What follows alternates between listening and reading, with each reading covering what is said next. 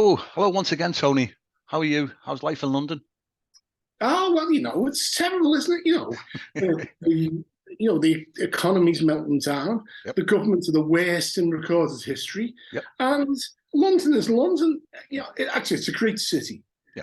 But it's, at the moment, it's a very strange place. And what people misunderstand about London, it's a very left-wing city, and it votes Labour, the majority of it. Unfortunately, I'm in Westminster, which is a Tory constituency, but for the most part, Labour, London, people outside London think London is like that London, and it's a Tory bastion. It isn't. There's a skit, isn't it? Harry Enfield, the Scousers. One of them goes down to London, and when he comes back in through the door, they say, he's been down to that London. Come back with a frigging degree, haven't you? You've been drinking sherry down there. That is the image that people think of him, especially Westminster. You must be rich, Tony. Oh, yeah. Good luck with that. It's a reasonable place to live. But, certainly the politics of the United Kingdom are in such a mess that, there's no pleasure living in this area. I mean, where I live, there's a lot of MPs around there. And thankfully, some of them are really good MPs, like Ian Byrne. But Westminster. What was terrible is one night I was coming back from the pub. It was about midnight, and there's like sort of recycling bins around in the area. I'm walking past one, and all of a sudden there was noises inside, and I jumped. I was like, "What the hell's going on here?" Yeah. And a fella climbed out, and really, yeah, and it was unbelievable. And he climbed out. And he'd been in there and obviously rooting through for stuff he could sell. Yeah. It was one of that takes electrical stuff. Oh, yeah. And I was thinking, he's risked death because this, it's like a tomb. Yeah. And I'm like, I couldn't believe it. And here we are, a mile from the Houses of Parliament, and people are digging through leftover stuff to try and make some money. And this is not the way Britain should be. In 2022, coming up on 23. You know what? In that context, I've been reading Good Guys Lost past couple of days. My second read on it. One thing that intrigued me, you mentioned the word of terrorism, and there's a form of terrorism that people would normally think, people getting bombed, people coming destroying lives, want to hit us in a way. But in another aspect, the government, to a certain extent, can be terrorists. They can terrorise their people who live in their country. Look at, for instance, the disaster budget, Liz Truss, that put people's mortgages up, the interest rates going up. And that is terrorising people. Austerity is an act of terrorism. Yes, It's an act of political vindictiveness. The miners' strike was an act of terrorism. And what they wanted to do is terrorise people who'd learned that they had political power by withdrawing the Labour in the 70s. That's terrorism. In fact, it's far worse because, you plant a bomb and that's awful. It's black and white, isn't it? That form of terrorism. You kill a number of people and the impact is horrible. But political terrorism is far worse, where you make the decision to put people in a situation where they worry about feeding the children, where they worry about how they can live, and the terror that causes is unbelievable. We have too narrow a description of terrorism, and what the Conservative Party have done consistently certainly since 1979 and since Margaret Thatcher is inflict terror on working class communities. Yeah, totally agree. That's what the book's about. That's what the book's about. Yeah. First, can you tell us how you connected with Northodox Press? Did you send them a spec letter? Did being a journalist, did that open a door for you in a certain extent? No, not at all. In fact, I'm really shocked by how little impact it had. And in fact, it bothers me a little bit because if I got treated like this, because I have a track record of writing for a living, people who don't, I can imagine that how they'd be treated. There was one there was one publisher that said they were committed to writers from the North, which has sent Good Guys Lost. Yeah. And I didn't try and like be, I didn't try and get contacts and phone them up. I thought, I'll do it the normal way. I'll email them through the, the email they asked for prospective writers, but I give all my credentials there. And it took them 8 months to get back to me. And when they got back to me, it was a Dear John letter. But worse, at the end, they like told me all the great stuff they had coming up, written by other people, and how I'd really enjoy it, including one football book. And I was like, hang on.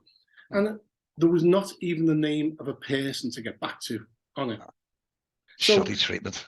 So if I'm treated with that contempt, and given my credentials as a writer, and a huge followership on Twitter, over 100,000, I can only imagine how bad it is for people with no track records who are trying the best. And I can only imagine that loads of stuff goes actually unnoticed, unseen, ignored by these people. And Northodox, I was speaking to Jack Byrne, who you know, whose novels are great. And he said to me, Under the Bridge. So get in touch with my publishers. So I emailed them with the 2 books that I had, sort of going. Good Guys Lost, and another one, which is a political thriller set around the Brexit crisis. And he said to me, "Send the can we see more Good Guys Lost?" So I did, and they wanted it, so that was great. And so I was a big fan. I am a big fan of Jack's books, and and so I was really positive about them where it could be, and so it was nice to come around and Northodox. I love the idea of wanting northern writers and working class voices. I think that's really important, and we are underrepresented. Going back to London, so much of literature is middle class. So much of literature is a little bit smug, because the people who write it are the people who went to good schools, who went to good universities, who and they use good in inverted terms, inverted commas.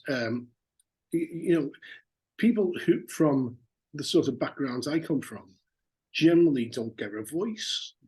Luckily, I did, and luck had a lot to do with it. But I think so. If we can encourage people like that, all the better. Yeah, I totally agree. I think reading the book, as I said, I'm always on my second read and making notes all the way through, just to ask you questions about it. But I see it as a tapestry, like a rich tapestry of life, and to a certain extent, Liverpool is a character itself in the work. Yeah, I mean, I always think of Joyce when he wrote Ulysses, and Dublin, how pompous was that? But he said, like, Dublin was the bridge that I needed to cross to write Ulysses, and after that you could burn it down, so burn the bridge down, and and he left the city. I have a similar sort of exile feeling about it. I haven't left the city and spent a lot of time out of it. Not that I'm comparing myself with Joyce, who actually took literature down a blind alley, so I wouldn't want to compare myself anyway.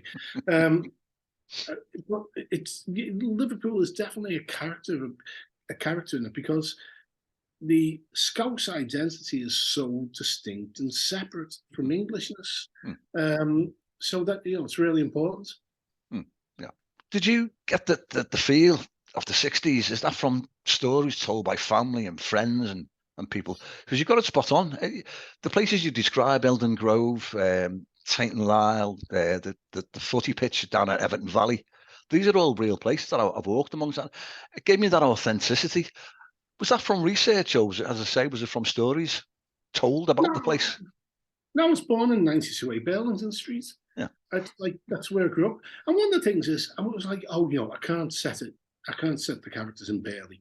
I can't do that. I can't do that. You can't do that. I thought, well, it's the place I know best. Yeah. It's the Grove, played football there all the time. I went to I went to Our Lady's School, down the road. Where the playground was on the roof. It's Tate's was at the bottom of the street. It's funny living in London. It's very, very noisy at the moment here. And I say to my wife and daughter, I said, like, where we lived on Bailey, the big club would close. Well, close. People would leave the big club about 2 a.m. Yeah. And they'd be walking up the street singing. Yeah. And then, like, about 5:30, people would start going to Tate's, for the 6 till 2. Yeah. And there was that, like, it's that urban ghetto feel, it was like, and so that's where I grew up. And I thought, well, you know what, why not set it where you know the most about somewhere? Because what you want to do is get the feeling of authenticity. Yeah. You don't want people to read it and go, wow, that's not real. And, and then, it's so you try to get a sense of what it was all like. Back to the 60s. I was born in 1960, December 1960. So really, I'm a 50s child because the 60s don't start till 1960. So I thought you were younger than that. So I misjudged your age. Something I've read. Yeah. I'm not 10 years off. I'm with you now. Yeah. So I grew up in that environment, and and it was Bond Street. Do you remember the holes, the bullet holes in the corner of Eldon Grove? Around the corner from the Matty's shop, you could put your finger deep into the hole where the Luftwaffe had flown close, down. The consciousness of all that was really strong, and you'd have the air raid sirens going all the time. Yeah. And one of the things, again, in the book, an important thing is the Blackstock Street bombing. When the bomb went into the shelter and killed so many people, they don't even know how many people it killed. And there's the stories I heard from the family, because it's only the docks, and the Liverpool Blitz is often under, they talk about Coventry. Coventry hardly got bombed, frankly. Yeah, and I know it's terrible, and I'm behind Coventry, but people ignore what happens in Liverpool. It was the worst bombed city outside of London, the April bombing, I think, 1945. And had the longest period of bombing. Consecutive nights than any city, including London. So there was all that going on, that all that dynamic, and growing up with that feeling with people who lived and worked on the docks, and merchant seamen who, again, had the highest death rate of any group, in the war. So it was, I'm just thinking. I'm just looking through loads of different references, like the pie shop, the pub down the corner of Great Crossall Street. I remember that as the only place in town they used to ignore the licensing hours. You could go for a pint there at 3 o'clock. Between normally they shut down 3 till 5. Well, if they knew you get ignored everywhere. The pie shop. But one of the great things is, like, all the pubs had different names. So, for example, the pie shop was the Bible. You go to Marmore's, which was the Australian. So if you're giving directions to people, they'd never get it. The Westmoreland, the Yonky Tonk. The Foot Hospital. The Withers, they were all around there, all those, and it was sort of, and that's one of the things that I tried to do with the names in it, and get that sense of Billy, the main character, is the only one really who goes by his real name. All the others have nicknames and nom de plumes, and it's explored why that way. So I mean, and I think one of the things I think that people who've read it so far, and there's been very few reviews so far, but like, haven't got the attempt at humour in it as well, the Scouse humour. Some of the bits in there made me laugh out loud. There's one scene in particular at the funeral, Duke's funeral, where this tramp walks in, and they're all saying, "What's he doing? What's he doing?" And he goes up to the casket itself, leans over, and he raises his walking stick and gives him like a gun salute in tribute to the Duke. It was a brilliant scene. That sort of thing happens all the time, and people won't believe it. It's like there's a scene in it when I talk about at one funeral, when someone who died young, they got him off the casket and sat him in a chair and put a bottle of Guinness in his rigor mortis hands, and that sort of thing all the time. It was a very quirky culture. It was a very quirky society, and about the viewpoint in there, because at first it threw me. We're getting it from Billy's point of view, and then we're getting it from the cousin, the narrator's point of view, where it shifts to first person. But once I sort of got into the rhythm of it, after maybe first 1.5 chapters, then it all became sort of clear, who from whose eyes we were seeing what was going on. what I wanted was an unreliable narrator. The voice. There's a couple of things that made me think about it. I thought about the go-between. It's and also one of the books that particularly influenced me is Earthly Powers, Anthony Burgess, Mank Bastard. And the Burgess in particular, the mixture of real people and fiction worked really well, and so I like a kind of that did influence me. It didn't, I didn't think, I'm going to write a book like Anthony Burgess because I'm not that good. He was brilliant. I wanted the narrator to be, and who's the main character? Is it Billy? Is it the narrator? Well, the first time it went to the narrator, I thought, I'm going to reckon, is this Billy? Who am I now? Whose eyes am I looking through? But I get it. As I say, it took me about 1.5 chapters. Yeah, it's all through the eyes of the narrator, who I don't name. And I thought of naming him. It's one of them. I thought of giving him a name. And he's a Moran, isn't he? We know his surname. We know what family he's from, but we don't know his first name. Yeah, so it's and I wanted them to be, as I say, unreliable. But it was the key events in the story happen around him, don't they? This confrontation with the neighbour, where he goes and rings the Duke and Billy to come and sort things out. Everything sort of happens around him through the narrator. Yeah, definitely. And it's and I think early on, when I say, when he talks about, I think in the first couple of pages, he talks about his story is less easy to tell than Billy's, and because it's much more complex and much uglier things happen, and Billy obviously is a part of it, but and a lot of people who've read it have said, "Oh, the narrator's just you." It's not me. It's a lot of my experiences are in there. What it is fiction given significance. Sorry, experience given significance. I'll say that properly. Okay. Experience given significance, which turns into fiction. There's a lot. Yes, there is a lot of me in the narrator, and there's a lot of things that are not me. It starts off with charisma and it sort of ends with charisma in a way, top and tail, and with that. Well, I mean, that's one of the most important things, and one of the things that people in Liverpool, a lot of people in Liverpool have, is charisma.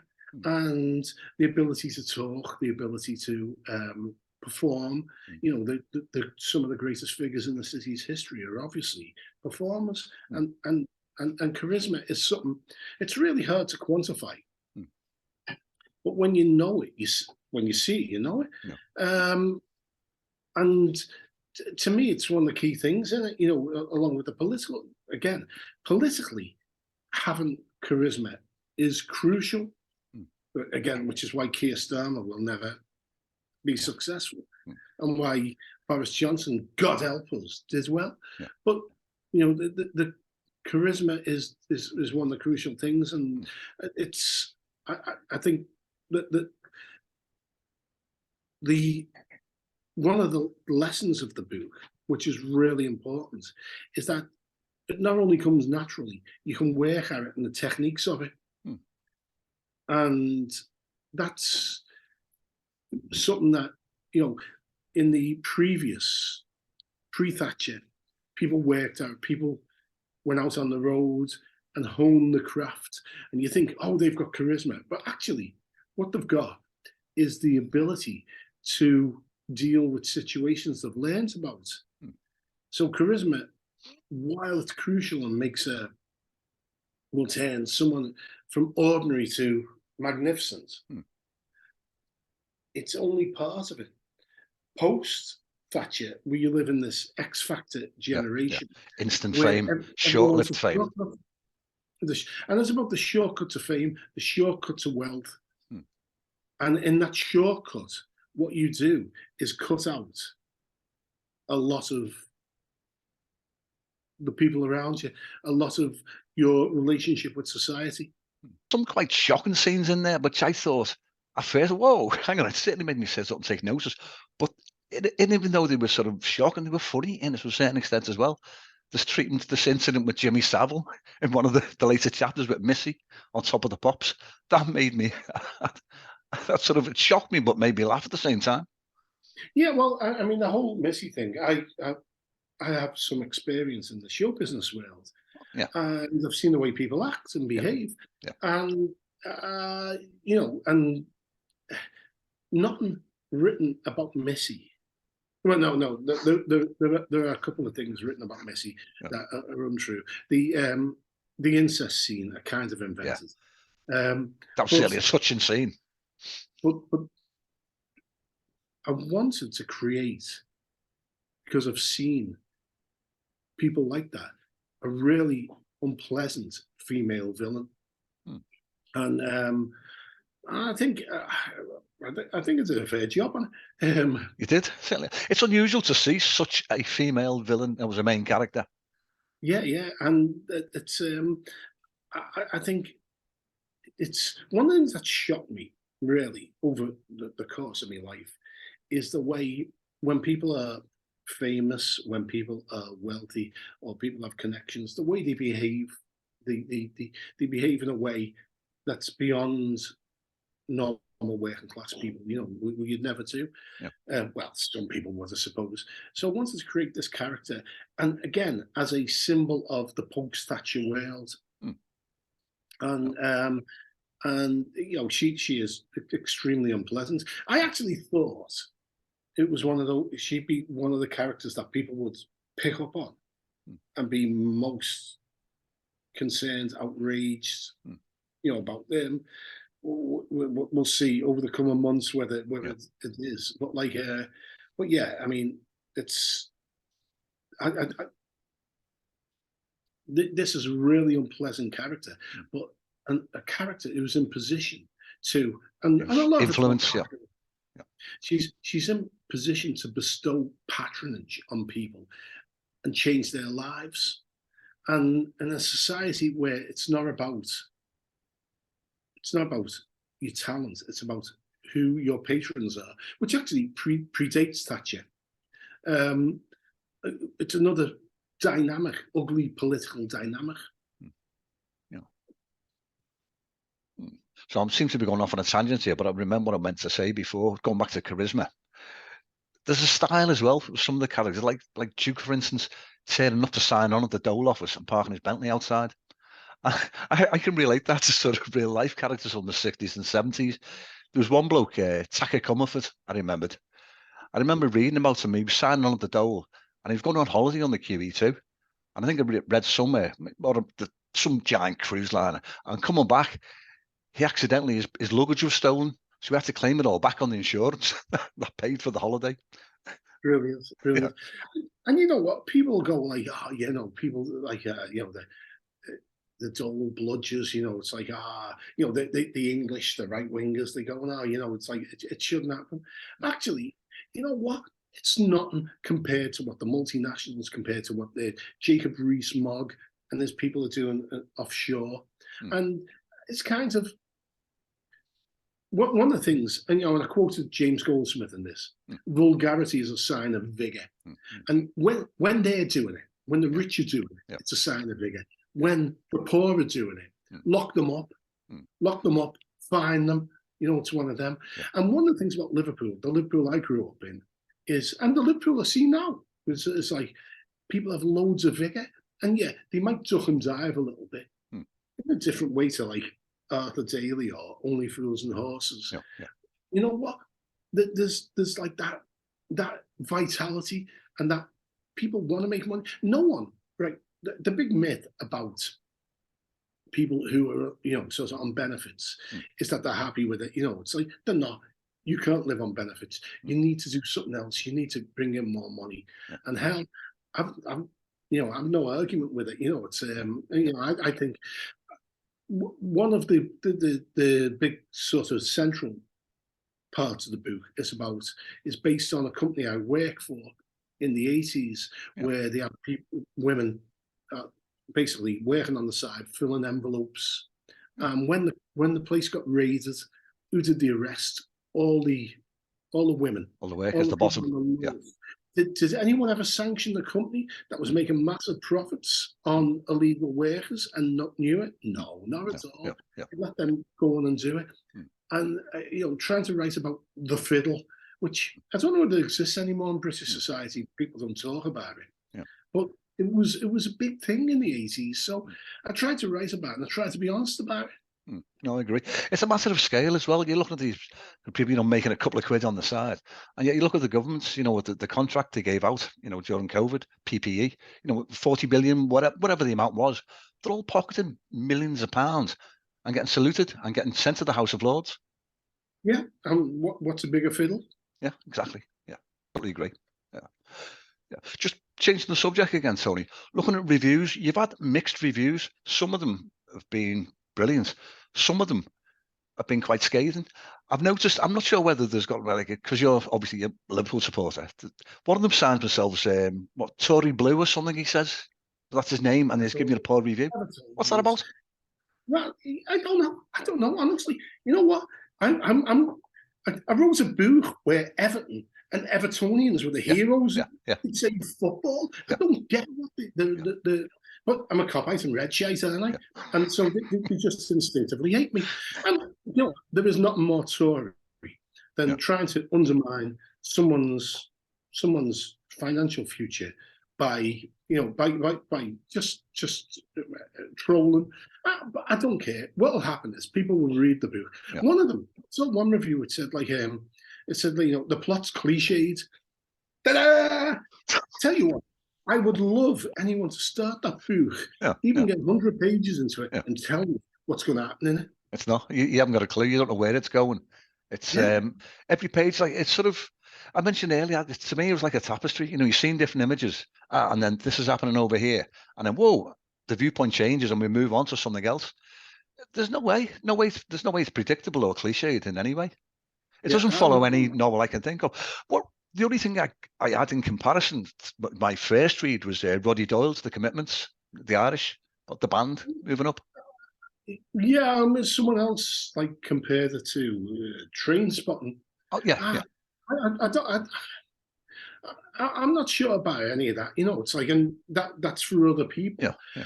But what it is, and what it has in common with them, I think, is it's an attempt for working class fiction, and in a world where it's going to sound terrible, in a world where chick lit sells. And everyone's smug, and everyone's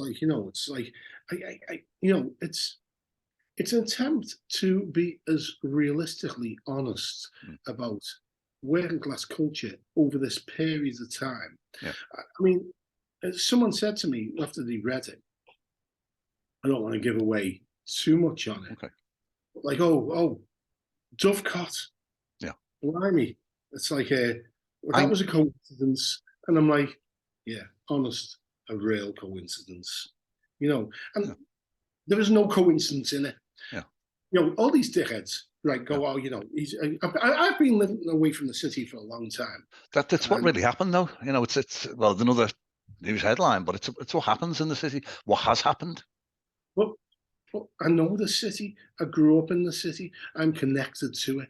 Whether I live in London, whether I lived in LA, it's I'm connected to it. I'm a huge advocate for the city, including Everton Football Club.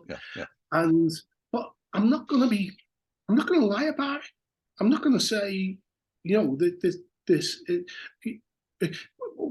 of the things, I don't know whether you've seen the version that's got acknowledgements in it, but I actually say, part of me hates the book because it seems to accentuate the worst parts of my background and the worst parts of the society I grew up in. And it does. I'd love to write something that sort of accentuated the best parts. But does that make for good fiction? No, conflict is fiction, and conflict is fiction, and also it's about a wider subject. It's as you mentioned before, it's about the terrorism that's been inflicted on this city ever since really the famine, when it became an alien city, an outsider city, an Irish city. And the one thing that really irritates me about Scouse, people who say the Scousers, who don't recognise that it was an insult and that it will always remain an insult, and it was aimed at the poorest. You know what? You can't be Scouse if you're Tory. You can't be Scouse if you're English. You can't be Scouse if you look down on people. Being Scouse is about being on the bottom rung. And you know what? We took it as a point of pride, and we will continue to take it as a point of pride. And the book tries to explain that a little bit. I had a little bit of row with the publishers, because there's a scene in it when talking about the National Front infiltrating and the British movement trying to infiltrate the football, and the fact that they use the M word. Oh yeah, and basically I said, I said the main character, the narrator says he aligns themselves with the people who were called the M words, and you use it, you're gonna get it. It's and I grew up around that, because in the militant era, it's we were more rah on than rah on, it's one of them. We were not any of that, But anyway, it's like, and they didn't want the M word in it, and I'm like, okay, I'll let it go and I'll move on. But for me, it would have been more powerful to use it. It was off the time as well. Because I'm, I associate myself with people who are insulted by that. And not with the people who use it. I totally agree. That does give a balance to it, a true balance as well. Even now, but more recently, a couple of years ago, I can't remember what they're called, but the modern equivalent of the National Front, they were kicked out of Liverpool, sent back on the train on Lime Street. Now, they didn't get further than the George as well. Brilliant. Yeah, the hidden the left luggage. Yeah, that's right. Going back to the reviews, I had a look, because a lot of writers that I talked to, they said they don't rely so much on Amazon now. Because it can be so negative. For some reason, Amazon decides, we want to allow your review on here, or they let people just put like a 1-star without leaving the name or anything. People are going more and more towards Goodreads. I couldn't find a link for you on Goodreads. Is that a reason why? Is that something that it's going to go on there? I've no idea. What I've tried to do is I've tried to use my contacts in the media to. And so it's been sent out to them. We'll see how that works. And it's only a month, isn't it? Well, 4 weeks has it been out? No, 2 weeks. 2 weeks out. Sorry. Yeah. So I also think that it's like probably in retro. I just wanted to get it out as quickly as possible. And in retrospect, November with a World Cup was probably a bad idea. My fault, no one else's. Can't blame Northodox. What I plan to do is do a kind of relaunch in January, where I'll put the songs as well to the fore, because you do know that there are songs with it. Well, in the 80s, my cousin, who's a very good singer-songwriter, wrote some songs, and I collaborated on it with him, and we recorded them. And it struck me when I was writing the book that if I'm writing about a singer and a songwriter, that it would be worthwhile using these songs, because they're really good. So I based on a Pursuit, which is the most significant song in it, the soundtrack to Billy's Nervous Breakdown, and the song that might have made him a superstar, is there, and people can listen to it and they can decide whether he would have made it, or whether he would have, failed, whether it wasn't good enough. That's a great idea. That's another dimension to it, doesn't it? Well, yeah, and there's a whole body of work that people will be able to listen to, and they'll be able to make a decision on it, and they'll say, well, was he good? Wasn't he good? It's up to them. I personally think they are really good, and on a few of them I played brass, and some of it wasn't good. So listen, best of luck with Good Guys Lost. It's going to get a brilliant review from me. I thoroughly enjoyed it as well. And maybe if you can get it on, or tell the Northodox Press to get it on Goodreads, so that people can put a more balanced maybe review on there. Well, I think the reviews will just be a matter of time, Yeah. because you've It's only got 2 the weeks, isn't it? Yeah, you've got the idiots, and Yeah. and once people start reading it, they will give their verdicts. And you know what? I have no problem if people hate it, because there will be a lot of people who come from conservative backgrounds, who come from backgrounds. You know, the anti-Scouse thing is a huge thing. True. In the UK, and there will be people who will hate. You know, and there'll be Liverpool fans even who hate it, because it doesn't give the most positive view of a certain section in the 80s, and it doesn't deal actually with Heysel, but deals with the aftermath of Heysel. Yeah. And so there will be Liverpool fans who hate it, because you know they don't like what I consider to be the truth. But you know what? I don't mind that. If people review it and have read it, that's fine. There will always be people who don't like it. What's just daft is idiots who, on the basis of supporting the football team, are willing to say it's absolutely rubbish. Yeah. Do you know, I had one review of my book, and he said he gave me a poor review because one of the characters' name was Chris Lawler, and he said because Chris Lawler's mentioned in the book, nothing to do with the ex-Liverpool footballer, just the character's name. But he gave me a poor review based on that name, thinking I was talking about the footballer, and clearly there's something missing somewhere. People are strange, you know, the way they respond in a way. And one of the things is, I found that people, what you write takes on a life of its own. People misunderstand it. There's certain people who've read it, and I'm kind of like, don't you see what I was trying to do?